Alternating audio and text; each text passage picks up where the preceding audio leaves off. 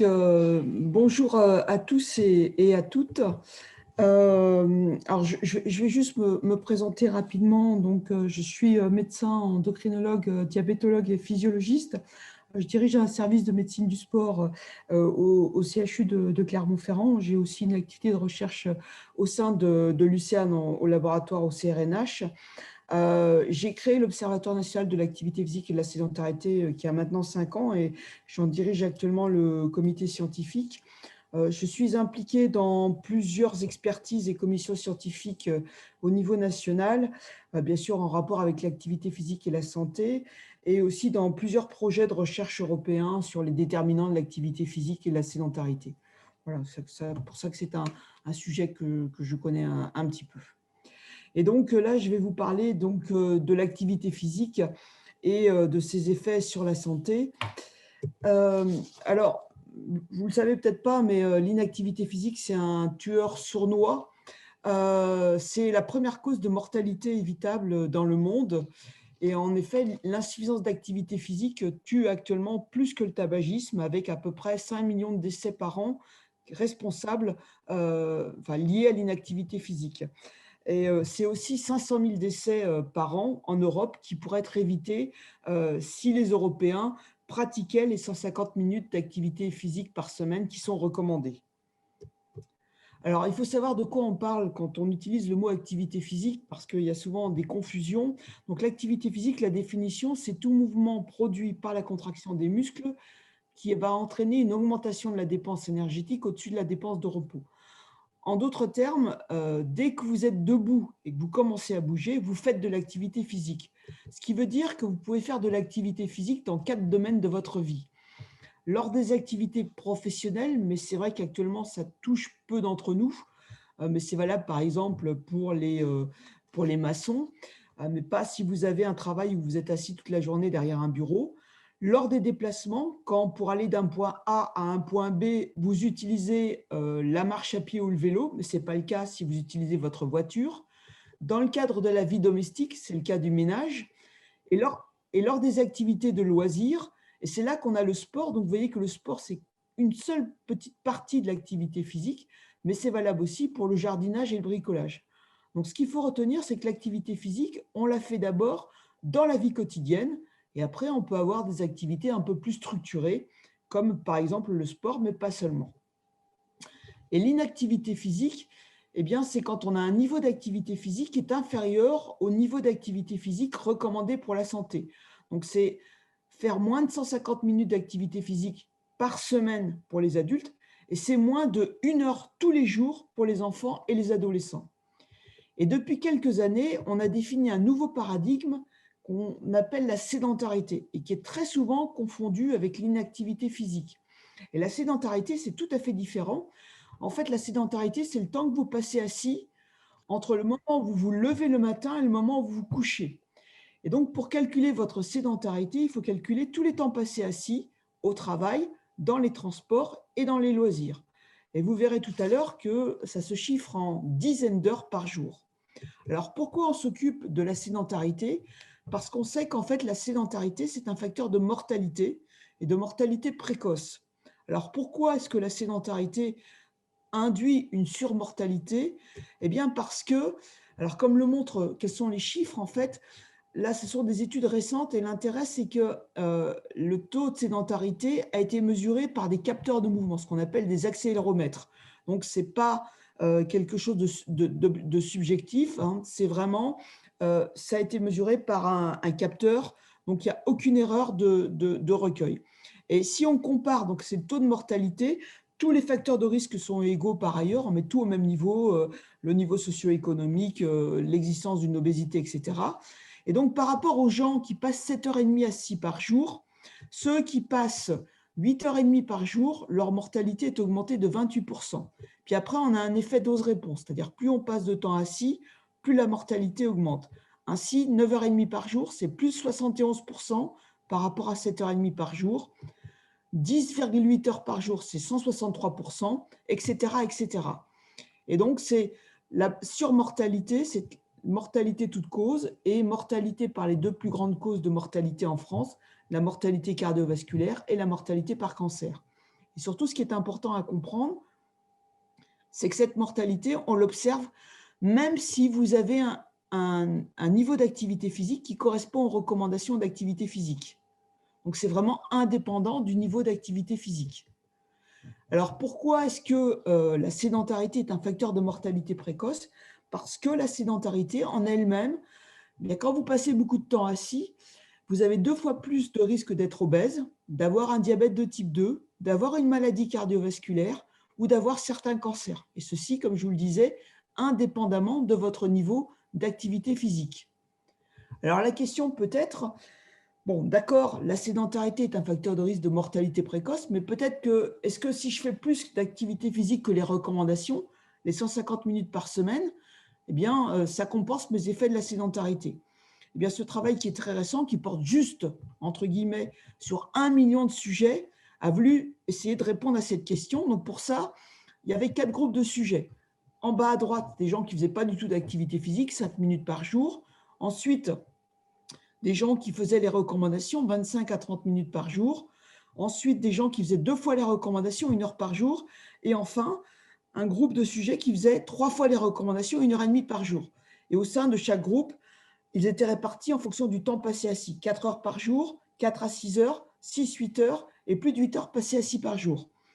Et pour que l'activité physique compense les effets de la sédentarité, donc c'est l'effet sur la mortalité, il fallait que le niveau d'activité physique atteigne la ligne pointillée. Et vous voyez que, eh bien, même jusqu'à 2 fois les recommandations, la mortalité est supérieure à la ligne pointillée. Et en fait, pour que le niveau d'activité physique compense les effets de la sédentarité, il faut faire au moins 1 heure et demie d'activité physique tous les jours.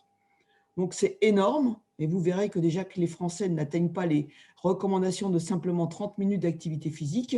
Donc, pour compenser le temps passé assis, il faut un taux d'activité physique qui est extrêmement important et qui ne correspond pas du tout à ce qu'on arrive à faire tous les jours. Donc, première partie, première conclusion, l'inactivité physique est un facteur de risque de mortalité précoce et de morbidité. Et deuxièmement, la sédentarité est un facteur de risque de mortalité et de morbidité, ceci quel que soit le niveau d'activité physique. C'est pourquoi actuellement, les objectifs de santé publique sont 1, d'augmenter le temps d'activité physique pour arriver aux 150 minutes par semaine pour les adultes et de diminuer le temps passé à des activités sédentaires. Et ce n'est pas optionnel, c'est l'un et l'autre. Alors donc, on a bien compris qu'il fallait se bouger. Alors, quel est l'intérêt de bouger? La première chose, c'est qu'effectivement, avoir une activité physique selon les recommandations diminue la mortalité précoce.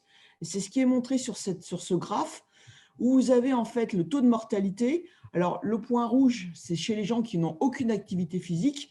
Et puis ensuite, vous avez la mortalité qui diminue en fonction du niveau d'activité physique. Alors, pareil, hein, c'est tous les facteurs de risque étant égaux par ailleurs, on met tout au même niveau et on voit la mortalité en fonction simplement du niveau d'activité physique. On prend une cohorte à l'état basal qui est en bonne santé et elle est suivie sur une dizaine d'années et on mesure la mortalité. Et vous voyez en bleu, les gens qui suivent les recommandations, par rapport à ceux qui ne font rien, ils ont une diminution de la mortalité de 31%. Mais surtout, ce que l'on sait maintenant, c'est que déjà en faire un tout petit peu, ça a un effet sur la santé parce que déjà, quand on en fait 15 minutes tous les jours, on a une diminution de la mortalité de 20%. Et surtout, ce que l'on sait aussi, c'est qu'on a les mêmes résultats qu'on soit jeune, qu'on fasse ça à 20 ans ou à 40 ans, mais même à 70 ans, si on commence l'activité physique à 70 ans, on a aussi une diminution de la mortalité. Alors bien sûr, les gens ils vont mourir, mais ils mourront plus tard que si à 70 ans, on n'a aucune activité physique. La parité est parfaitement respectée, c'est aussi efficace chez les hommes que chez les femmes. Et surtout, ce qui nous intéresse aussi, c'est que c'est aussi efficace qu'on soit en bonne santé ou qu'on ait une maladie chronique. Et puis maintenant, comme je vous le disais, les études précédentes s'étaient obtenues à partir de questionnaires d'activité physique, avec toujours les biais des questionnaires d'activité physique, où en plus les gens ont tendance à surestimer leur activité physique. Maintenant, on a des capteurs de mouvement, et depuis 10 ans, on a quand même beaucoup d'études qui ont utilisé les capteurs de mouvement. Et voici une méta-analyse où cette fois-ci, ce sont des capteurs de mouvement qui ont été utilisés. Et toujours, on a la mortalité en fonction du niveau d'activité physique, avec tous les facteurs de risque mis au même niveau. Et donc, vous avez toujours, vous voyez, entre ceux qui font rien, donc au tout début, et le niveau d'activité physique en bas, ben, vous voyez, vous avez une courbe qui a un aspect en J. Et vous voyez que, eh bien, je vous avais dit tout à l'heure, quand on fait 30 minutes, on avait une diminution de la mortalité de 30%. Et bien maintenant, avec les capteurs de mouvement, on a vraiment toute l'activité physique, celle de la vie quotidienne. Ce n'est pas 30% que l'on a, c'est 60%. Et ce n'est pas à 30 minutes qu'on a l'effet, c'est à 20 minutes. Donc, avec 20 minutes d'activité physique quotidienne, vous avez une diminution de la mortalité précoce de 60%. Donc, c'est énorme. Alors, la question qui tue, c'est qu'est-ce qu'il faut faire pour obtenir ces chiffres, pour diminuer sa mortalité de façon aussi importante? Est-ce qu'il faut faire énormément d'activité physique? Eh bien non. Comme je vous le disais, les recommandations, c'est soit vous faites 150 minutes par semaine d'activité d'endurance, donc d'intensité modérée, ou 75 minutes d'intense, ou vous faites un mélange des deux, et on vous demande en plus de faire 2 fois par semaine du renforcement musculaire, sans vous donner de temps. Est-ce que c'est 10 minutes, 15 minutes? L'important, c'est de faire travailler les principaux groupes musculaires. Et qu'est-ce que ça fait si on fait juste ces recommandations? Eh bien, je vous cite la dernière étude qui vient de sortir. C'est presque 500 000 sujets qui ont été suivis pendant à peu près 9 ans. Et on a mesuré l'effet. Qu'est-ce que ça fait quand on suit vraiment ces recommandations? Il y a des sujets, donc vraiment la population, elle allait de 18 ans jusqu'à plus de 60 ans. Et c'est ce qui est montré sur cette figure. Donc, vous avez la mortalité, le risque de mortalité en fonction du niveau d'activité physique. Première partie, si vous ne faites rien, donc on donne un risque de mortalité arbitraire à 1, 100%. Quand on fait juste du renforcement musculaire 2 fois par semaine, rien d'autre, ben vous voyez que la mortalité elle est diminuée de 11%. Mortalité globale, toutes causes confondues, mortalité par cancer et mortalité par maladie cardiovasculaire. Et puis en bleu, mortalité par infection des voies respiratoires inférieures, donc en fait pulmonaire. Donc dans cette période de Covid où la première atteinte est l'atteinte pulmonaire, ça doit vous faire garder ça dans un coin de votre tête. Si vous faites seulement de l'endurance, là où on vous dit c'est 150 minutes par semaine, eh bien là, la mortalité elle est diminuée de 29%, mais elle est diminuée pratiquement de 60% pour les affections pulmonaires. Et si vous faites vraiment toutes les recommandations, c'est endurance et renforcement musculaire, eh bien là, vous êtes à 40%. Et, pour les atteintes pulmonaires, vous êtes à 70%. Et je vous rappelle que le Covid, la première atteinte, elle est pulmonaire. Et surtout, ce qui était intéressant, c'est que cette étude, elle a comparé, il y avait des sujets en bonne santé, c'est ce que je vous ai montré, c'était les chiffres, mais elle avait aussi des sujets qui avaient des maladies chroniques. Eh bien, quand on a des maladies chroniques, les effets sont encore plus importants que si on est en bonne santé. Donc, ça marche non seulement quand on est en bonne santé, comme si on est malade, mais si on est malade, les effets sont encore plus importants. Et quelle pathologie? Donc, je vous ai dit que ça diminuait la mortalité globale, mortalité cardiovasculaire, mortalité par cancer, mais aussi la mortalité par diabète de type 2, la mortalité par atteinte rénale. Et ce qui nous intéresse actuellement dans la période de Covid, la mortalité par atteinte des voies respiratoires inférieures, mortalité par pneumonie. Alors, le Covid, c'est d'abord la pneumonie, et influenza, c'est la grippe. Et qu'on soit en bonne santé ou qu'on soit malade. Donc, vous voyez que l'activité physique, ça diminue en plus le risque d'avoir de mourir d'une pathologie respiratoire. Donc, on est quand même assez sensible à ces données actuellement. Alors, je ne vous ai pas fait un catalogue sur les effets de l'activité physique, mais je vous résume. En gros, l'activité physique, c'est un facteur de prévention de toutes les maladies chroniques. Ça prévient le risque d'avoir des maladies cardiovasculaires de 20 à 50%. Et c'est vraiment l'effet de l'activité physique seule, indépendamment de la nutrition, du tabac, des autres facteurs de risque. C'est juste l'activité physique seule. Si bien sûr vous avez une nutrition qui est équilibrée, eh bien vous avez encore un risque qui est diminué de façon plus importante.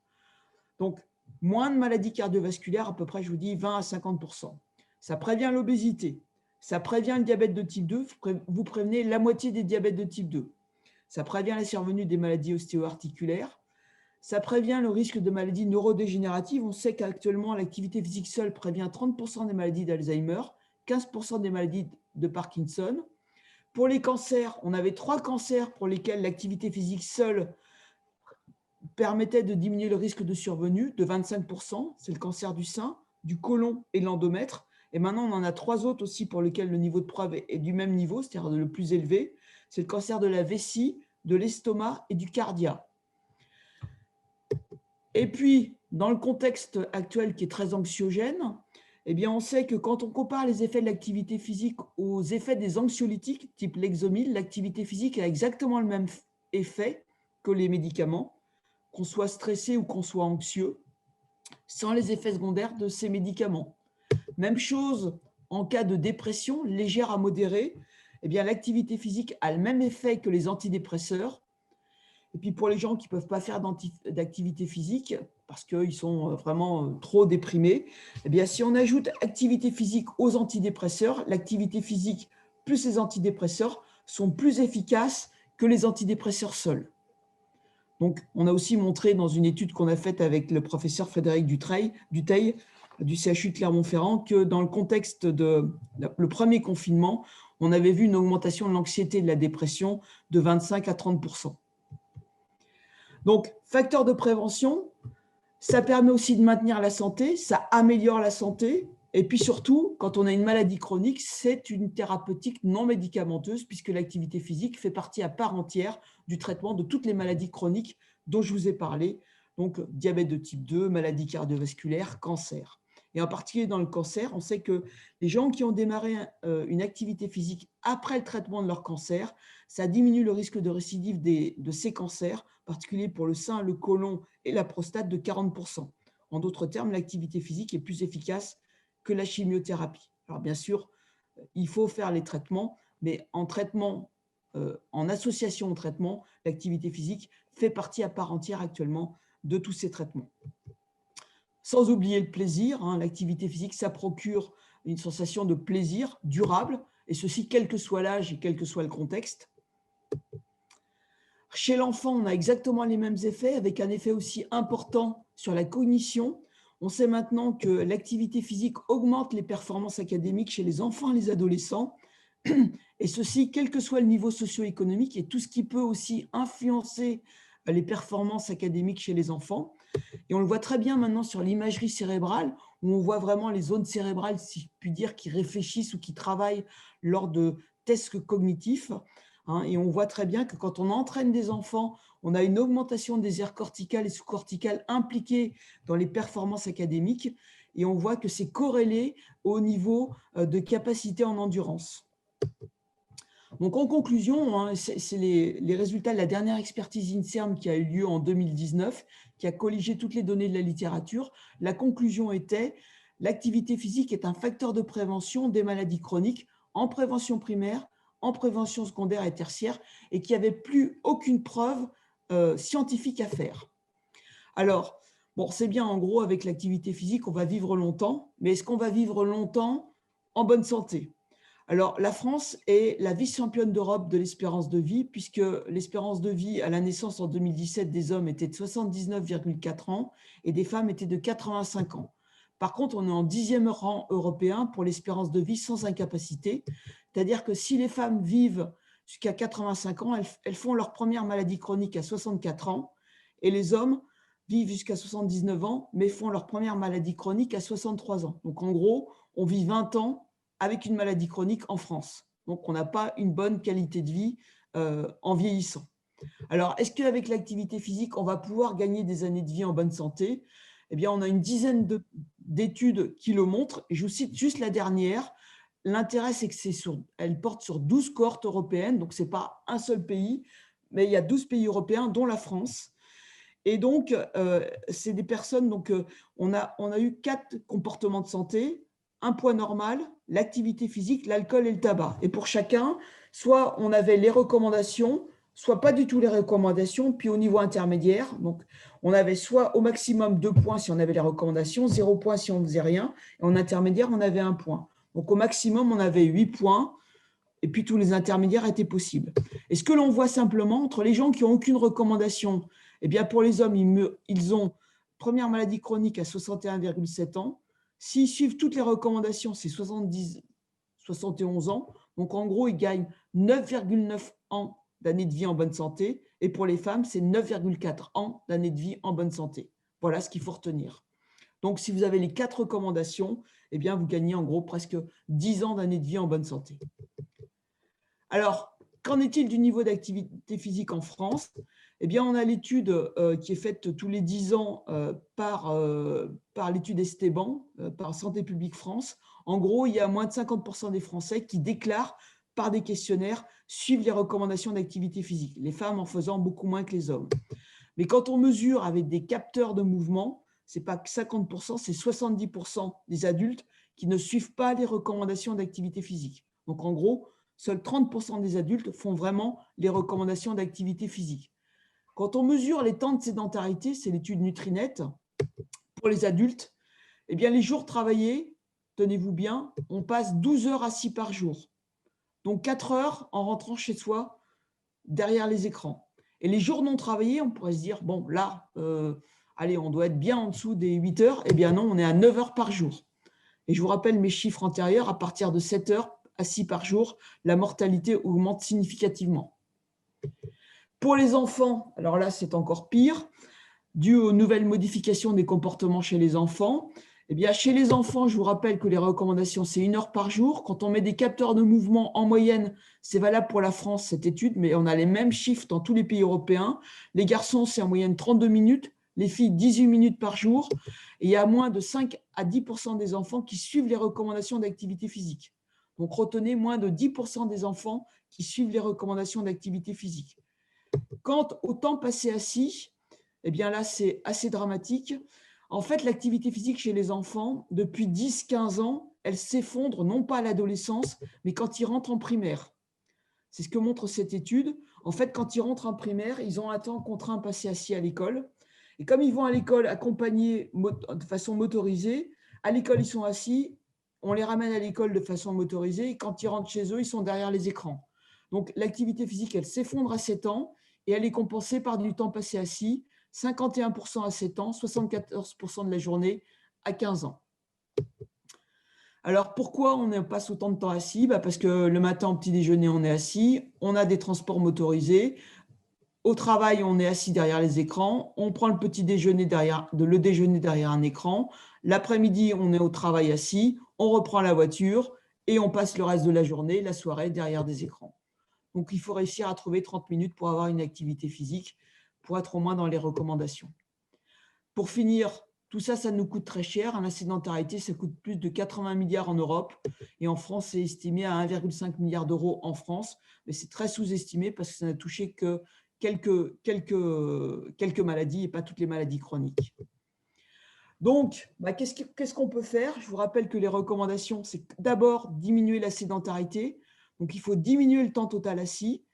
Alors, vous me dites, comment on fait quand on passe 8 heures derrière son bureau?